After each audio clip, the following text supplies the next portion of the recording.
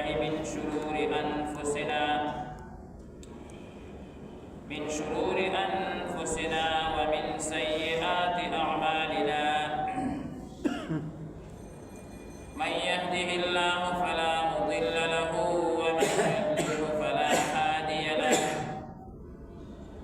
ونشهد أن لا إله إلا الله وحده لا شريك له ونشهد أن محمدا عبده ورسوله أما بعد فأعوذ بالله من الشيطان الرجيم بسم الله الرحمن الرحيم وإنك لعلى خلق عظيم. وعن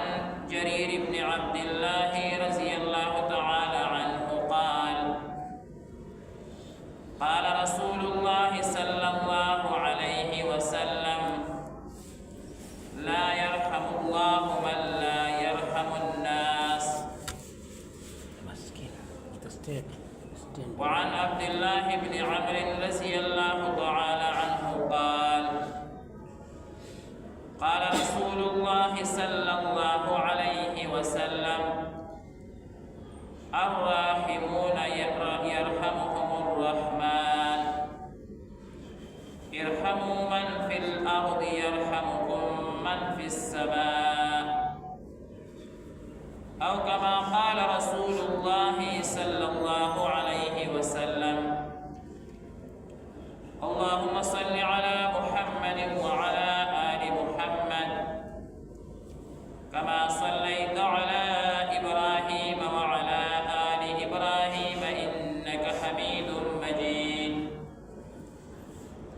اللهم بارك على محمد وعلى آل محمد كما باركت على إبراهيم وعلى آل إبراهيم إنك حميد مجيد. تما عزت مندو ما جستا سمخي كم آيات مباركة أو كم أحاديث مباركة أو رسل هذا أخلاق سرا متعلق دي جدا مؤمن مسلمان أخلاق أغا سنگا بكار دي. الله تبارك وتعالى فرمائي إنك لعلى خلق عظيم. اے نبی کریم صلی اللہ علیہ وسلم یقیناً تا دا بہترین اخلاق و خاوند دی او تا بہترین اخلاق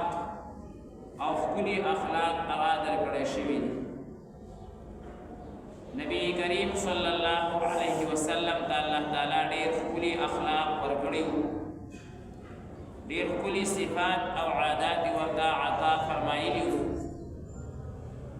او دا سمرا اسلام چی پدی سرزمین باندې خور شوی دی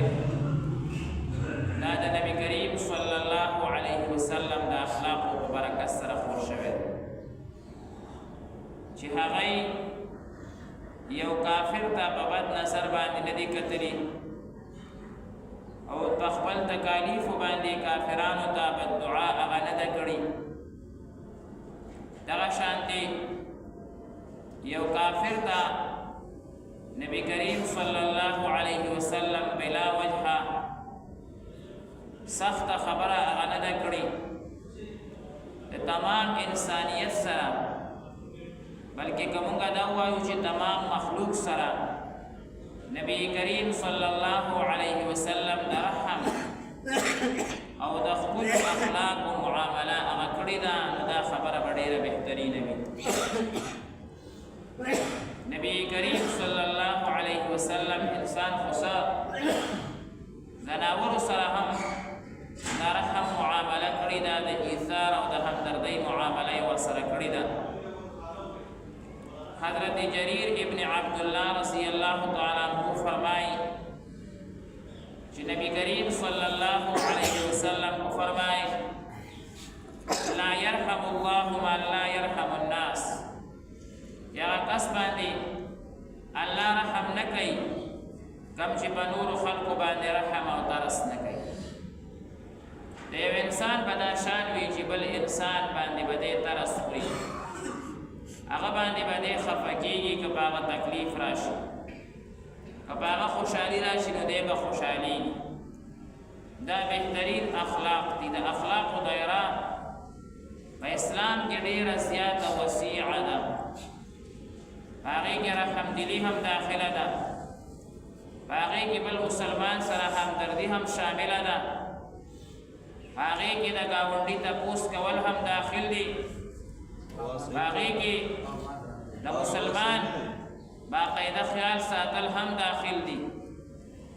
په هغې کې ډېر لوی صفات دي چې د انسان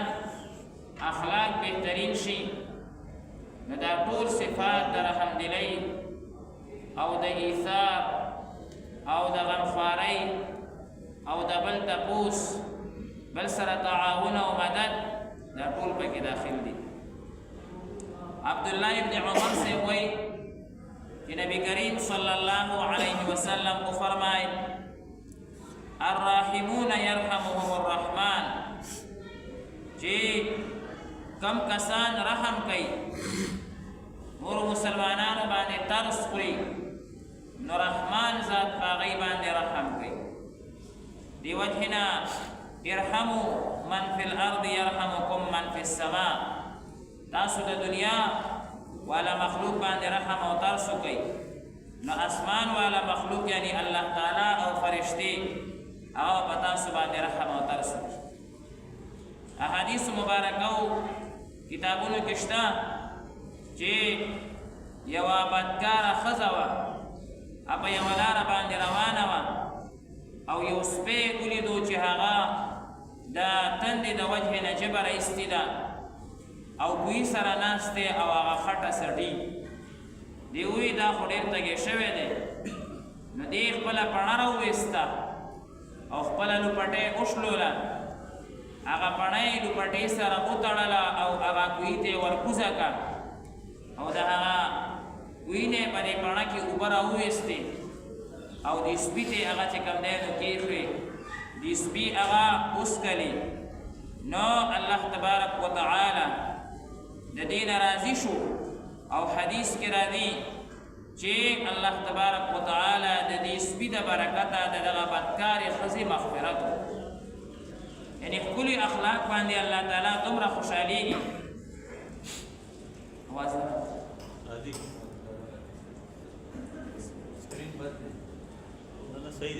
نو الله تبارک وتعالی په ښکلي اخلاقو باندې ډېر زیات خوشحالېږي. یوه بدکاره ښځه هغه الله تبارک وتعالی په یو ښه اخلاقو باندې چې یو مخلوق باندې رحم کوي، الله تبارک وتعالی هغه بدکاره ښځه په هغې باندې بخي. نو بیا چې یو مسلمان د بل مسلمان سره په یو کار کې شریک شي او د هغه تعاون وکړي، الله تعالی به څومره زیات هغه خوشحالېږي. بل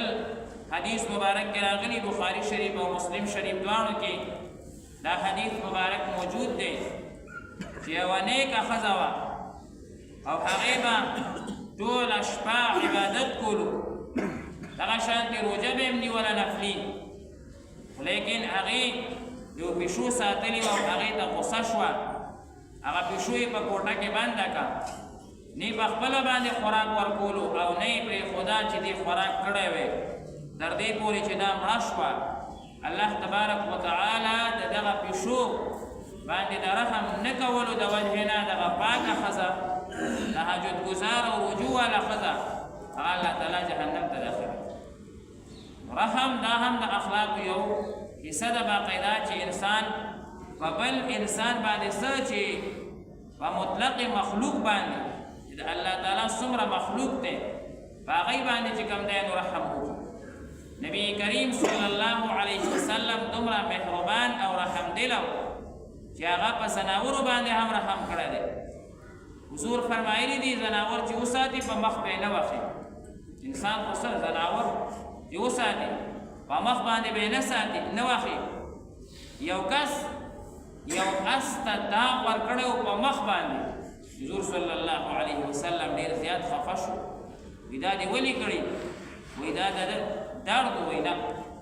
د مخ درد د سر درد هغه داغ سره نه خوږي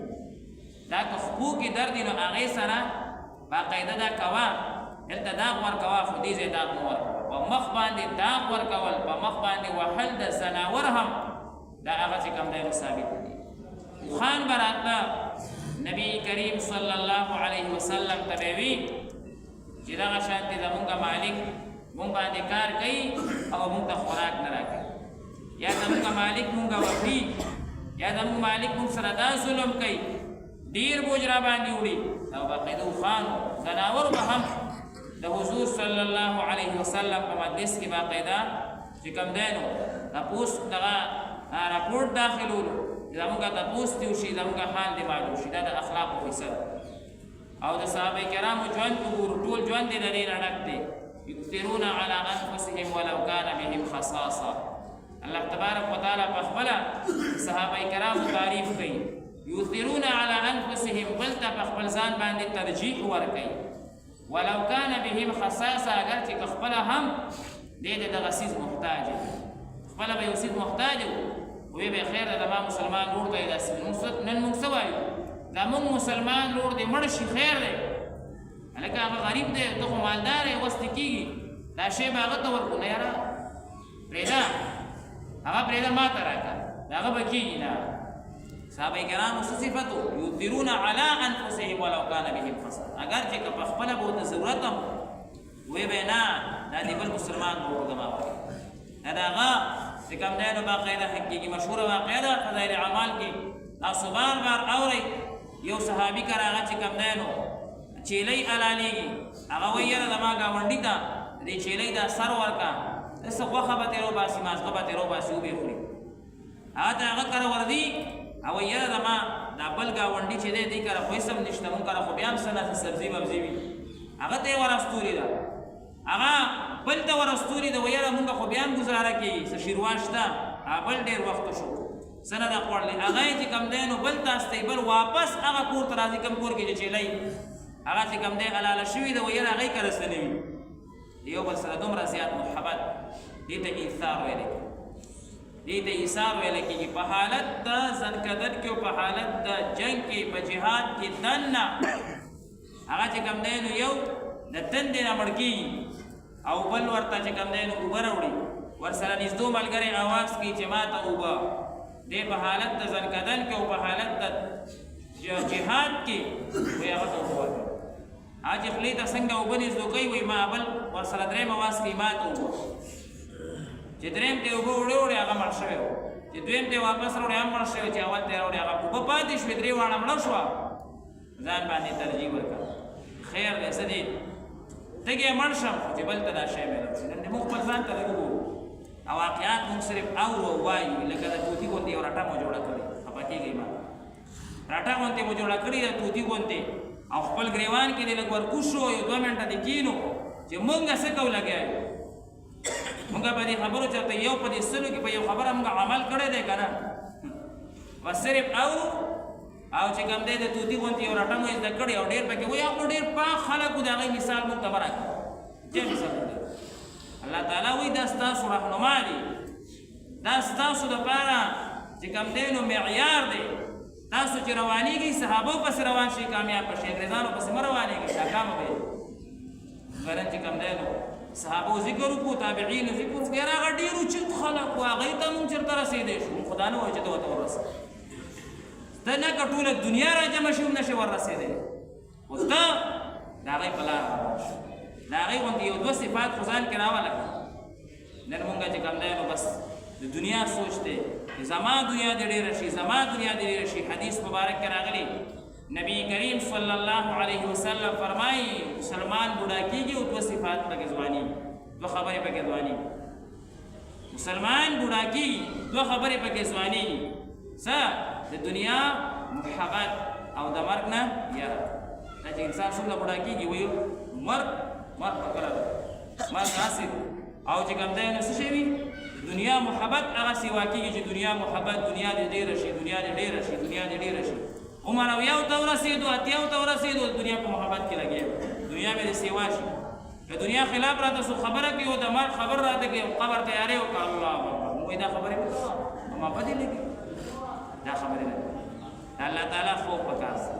بل لږ سوچ کول پکار دي یاره زما څنګه خېټه راځي بل مسلمان هم خېټه زما څنګه حق دی د بل مسلمان هم هغه چې کوم دی نو حق دی تبلیغ والا حضرات دوی خپلو ملګرو سره د بل حق ادا کول دې ته ویل کېږي اکرام مسلم دا د مسلمان هغه چې کوم دی نو حق دی او دا د مسلمان هغه شان دی دعا وکړئ الحمدلله رب العالمین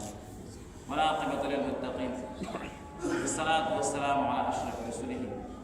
خاتم أنبيائه وعلى آله وأصحابه أجمعين ربنا ظلمنا أنفسنا وإن لم تغفر لنا وترحمنا لنكونن من الخاسرين